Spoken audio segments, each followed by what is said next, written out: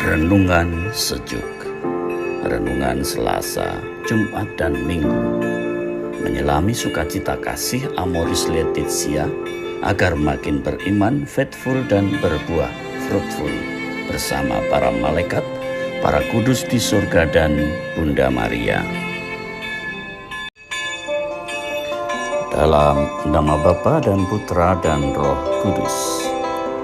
Ratu surga bersukacitalah, haleluya, sebab ia yang sudi kau kandung, haleluya, telah bangkit seperti disabdakannya, haleluya.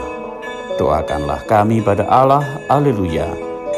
Bersukacitalah dan bergembiralah perawan Maria, haleluya, sebab Tuhan sungguh telah bangkit, haleluya. Marilah berdoa.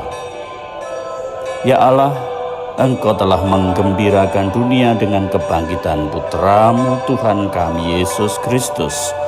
Kami mohon perkenankanlah kami bersukacita dalam kehidupan kekal bersama Bundanya Perawan Maria, demi Kristus pengantara kami.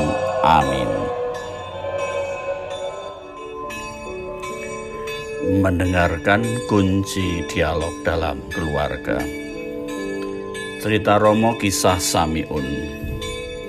Samiun bersama dengan istrinya mengunjungi kawan lamanya dan diajak ke tempat pacuan kuda. Mereka tertarik dengan kuda-kuda pacuan dan di situ menjadi asik karena ikut kuda taruhan. Sepanjang sore itu, Samiun bertaruh namun kalah dan akhirnya tinggal $2 dibawa pulang. Keesokan harinya, ia membujuk istrinya untuk pergi sendirian di pacuan kuda. Istrinya bilang, "Cukup di pacuan kuda saja engkau pergi." Dan ia bertaruh di situ dan menang.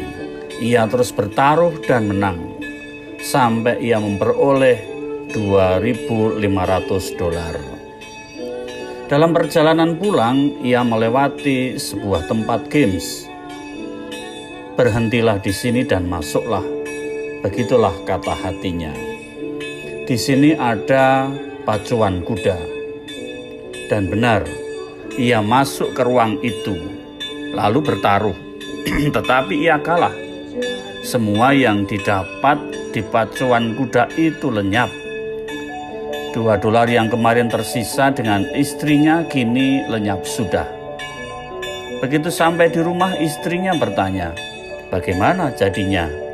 Dan ia menjawab, "Pacuan kuda tutup."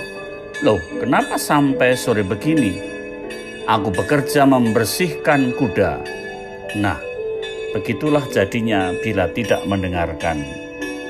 Akan berlari bersembunyi sampai akhirnya menyerah. Dialog menjadi cara istimewa dan kebutuhan mendasar untuk menghayati, mengungkapkan, dan membangun kasih dalam hidup perkawinan dan keluarga. Namun dialog berhasil melalui pembelajaran panjang dan penuh tuntutan, salah satunya dengan mendengarkan. Memberikan waktu sendiri yang berkualitas untuk mendengarkan dengan sabar dan penuh perhatian semua yang ingin diungkapkan orang lain.